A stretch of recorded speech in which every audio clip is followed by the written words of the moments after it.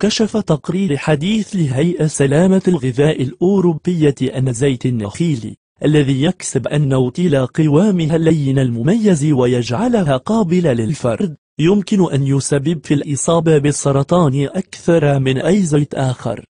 وحسب موقع سكاي نيوز نقلا عن صحيفة الدايلي ميل البريطانية، فإن التقرير الصادر حديثا عن الهيئة أكد بأن شكوك مشابهة تحدثت عنها منظمة الصحة العالمية في وقت سابق.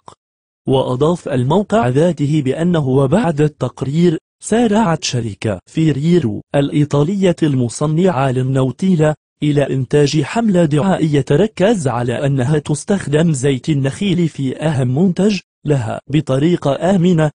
وقالت الشركة يوضح المصدر ذاته إنه دون استخدام زيت النخيل المكرر فإن شوكولاتة نوتيلا ستفقد قابلية الفرد التي تميزها، حيث قال مدير المبيعات في الشركة فينشنزو تابيلا صناعة النوتيلا دون زيت النخيل سيؤدي إلى منتج رديء، ستكون خطوة للوراء.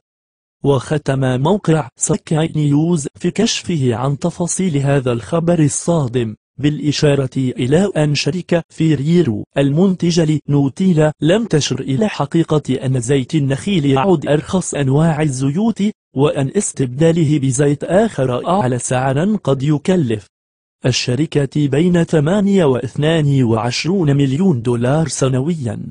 لكي تتوصل بالجديد لا تنسى الإعجاب والاشتراك في القناة.